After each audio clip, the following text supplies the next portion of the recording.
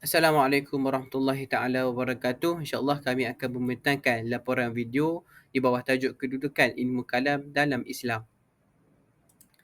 Berikut merupakan nama bagi ahli kumpulan kami yang mana terdiri daripada saya sendiri iaitu Muhammad Mushrif Amin Syam, Aiman Hakimi Hussein, Muhammad Akil Farhan Khairi dan juga Muhammad Afiq Rapi.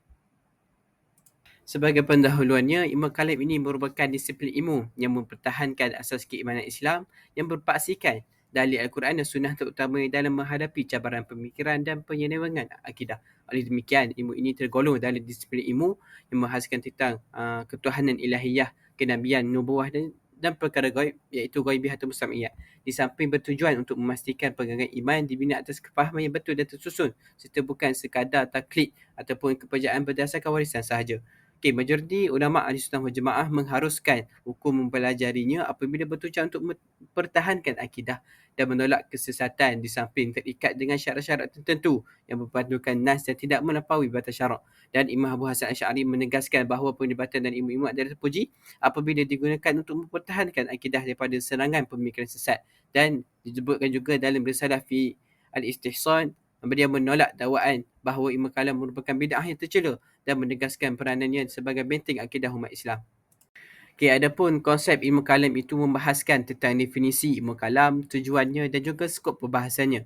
Yang pertama, definisi ilmu kalam itu adalah perbahasan akidah berasaskan wahyu dan akal. Dan hal ini membincangkan persoalan asas menggunakan hujah rasional yang disokong oleh dalil Quran dan Sunnah bagi menetapkan kepercayaan sahih serta menolak kekeliruan. Yang kedua adalah fungsi mempertahankan akidah dan menakis syubhah, yang itu berperanan sebagai alat pembelaan akidah untuk mempertahankan keimanan melalui hujah yang meyakinkan serta menakis sebarang keraguan dalam perdebatan ilmiah ataupun intelektual. Dan definisi juga adalah membincangkan tentang keabsahan ilmu kalam dalam kerangka epistemologi Islam. Dan ilmu ini diiktiraf sebagai disiplin yang sah dalam Islam, dan Imam Al-Ghazali dan Imam Abu Hasan Asy'ari turut menegaskan bahawa wahyu sebagai autoriti yang tertinggi dan akal sebagai alat sokongan serta digunakan mengikut keperluan zaman dan prinsip syarak yang telah ditetapkan. Seterusnya, yang kedua adalah tujuan ilmu kalam. Tujuan yang utama ilmu kalam ini adalah untuk mempertahankan akidah daripada sebarang kebatilan dan pemikiran sesat. Kerana ilmu ini berfungsi sebagai alat untuk menewaskan kebatilan melalui hujah yang sistematik, tersusun dan berlandaskan wahyu, khususnya dalam menghadapi cabaran pemikiran luar seperti materialism, ateism, bahkan aliran residenism yang berdampak. Tujuan utama ilmu kalam juga adalah yang kedua, untuk mengimbangi peranan akal dan wahyu dalam memahami akidah. Kerana ilmu kalam ini menetapkan wahyu sebagai autoriti ataupun sahih yang tertinggi dan akal ini sebagai alat untuk memahami serta mengesahkan dalil selaras dengan pendekatan yang telah dibawa oleh aliran Ahli Sunnah wal Jamaah. Bukan itu sahaja, ilmu kalam turut membahaskan skop perbahasannya. Adapun yang pertama adalah mempertahankan akidah berasaskan Al-Quran dan Sunnah. Yang ini kerana dapat dikaitkan dengan usaha mempertahankan prinsip keimanan Islam daripada sebarang kesesatan ataupun kekeliruan dan penyelewengan pemikiran dengan perbahasan yang dibenarkan apabila akidah dicabar serta terikat kepada Al-Quran dan Sunnah demi memelihara akidah dan aliran Ahli Sunnah wal Jamaah. Yang kedua adalah pembahasan aspek asas keimanan seperti membincangkan isu ketuhanan iaitu ilahiyah seperti kewujudan dan sifat-sifat Allah Ta'ala bagi menegaskan konsep tauhid serta menolak fahaman yang menyimpang.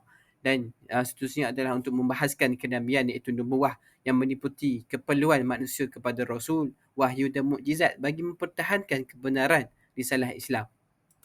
Demikian juga skop perbahasan turut membahaskan tentang perkara ghaib ataupun ghaibiyah yang merangkumi perkara-perkara sam'iyat seperti hari akhirat, qada dan qadar serta iman dan kufur dan sebagainya. Dan hal ini untuk memastikan kefahaman akidah yang seimbang antara kekuasaan Allah Ta'ala dan tanggungjawab manusia melalui gabungan wahyu dan akal secara berdisiplin. Kita teruskan dengan isu penolakan ilmu kalam. Penolakan ilmu kalam merupakan isu kontroversi utama dalam sejarah pemikiran Islam. Muncul apabila perbahasan akidah dipengaruhi pendekatan rasional. Sebahagian ulama juga bimbang ilmu kalam mencemarkan kesucian agama dan membuka ruang bid'ah. Terdapat dua isu penolakan ilmu kalam. Yang pertama, hujah golongan yang menolak ilmu kalam. Antaranya, akidah dianggap telah sempurna disampaikan oleh Nabi SAW dan para sahabat, maka tidak memerlukan perbahasan rasional tambahan. Selain itu, konsep seperti jisim, arad, gerak dan sifat Allah ditolak kerana tidak disebut secara literal dalam nas. Seterusnya, menggunakan argument from silent, ketiadaan perbincangan Nabi SAW ditafsirkan sebagai larangan. Perbahasan rasional dalam akidah juga dianggap bid'ah dan penambahan terhadap agama yang telah sempurna. Akhir sekali, pendekatan ini menafikan peranan akal dan melemahkan keupayaan mempertahankan akidah daripada syubhah. Kita teruskan dengan isu penolakan ilmu kalam yang kedua.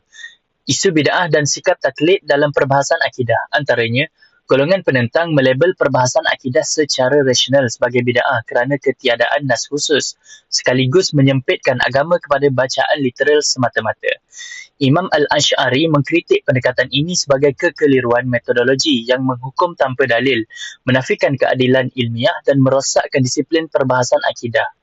Penolakan ilmu kalam berpunca daripada taklid melampau yang menutup peranan akal, bercanggah dengan tradisi ijtihad Islam serta melemahkan pertahanan akidah.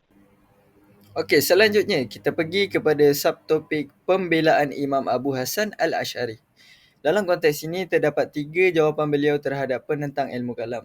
Jawapan yang pertama, beliau menjawab kepada pengkritik dengan menunjukkan bahawa tidak ada satu pun dalil daripada Nabi Muhammad SAW yang menyatakan bahawa sesiapa yang meneliti atau membincangkan perkara-perkara tersebut dikira bid'ah ataupun sesat. Oleh itu, golongan yang menuduh bid'ah itu sebenarnya telah menjatuhkan hukum sesat kepada sesuatu yang Nabi sendiri tidak pernah hukum demikian. Kita pergi kepada jawapan kedua pula, beliau menegaskan bahawa Nabi Muhammad SAW tidak pernah jahil terhadap persoalan-persoalan yang dibincangkan seperti jisim, a'rad, harakah, sukun, al-juz dan al-tafrah. Walaupun baginda tidak menyatakan perkara tersebut secara khusus. Hal ini diiringi juga oleh para fuqaha dan ulama dari kalangan sahabat yang mempunyai pengetahuan mengenai perkara-perkara tersebut.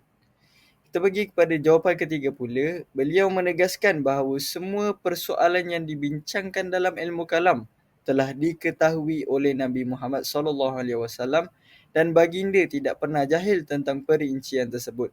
Walau bagaimanapun, isu-isu tersebut tidak dibicarakan khusus pada zamannya kerana asasnya telah tersedia dalam Al-Quran dan Al-Sunnah. Seterusnya, saya akan membincangkan kedudukan akal dan wahyu dalam ilmu kalam. Secara asasnya, wahyu ini merupakan sumber kebenaran tertinggi, manakala akal ini berfungsi sebagai alat untuk memahami, menjelaskan dan mempertahankan ajaran tersebut. Dalam disiplin ini, akal tidak digunakan secara bebas. Peranannya sangat spesifik, iaitu yang pertamanya, ianya sebagai alat tafsiran untuk kita memahami maksud Al-Quran dan juga hadis dengan lebih jelas. Kedua, dia membuktikan kebenaran Islam melalui logik. Contohnya seperti pembuktian kewujudan Allah dan mukjizat Nabi. Dan yang ketiganya, ia bertindak sebagai benteng untuk menangkis syubhah atau serangan pemikiran luar yang boleh mengelirukan akidah. Jadi, penting untuk kita fahami bahawa hujah ilmu kalam ini bukanlah falsafah bebas. Sebaliknya, ia dibina berasaskan Al-Quran dan Al-Sunnah.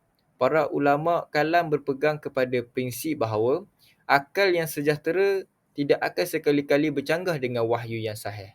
Namun, jika berlaku percanggahan antara akal dan nas yang bersifat qat'i, maka wahyu wajib didahulukan. Jadi, kesimpulan yang saya dapat buat, akal ini berfungsi untuk memperkukuhkan, bukan mengatasi wahyu. Terima kasih. Kesimpulannya, ilmu kalam adalah benteng pertahanan akidah Ahlussunnah wal Jamaah yang mengintegrasikan wahyu dan akal secara harmoni. Dan di mana Imam Abu Hasan Al-Ash'ari membuktikan bahawa penggunaan logik bukan sahaja sah di sisi syarak, malah kritikal untuk menangkis penyelewengan dan memperkukuh ketahanan pemikiran Islam sepanjang zaman. Maka akal ini adalah alat untuk membela wahyu dan bukannya musuh kepada wahyu. Terima kasih.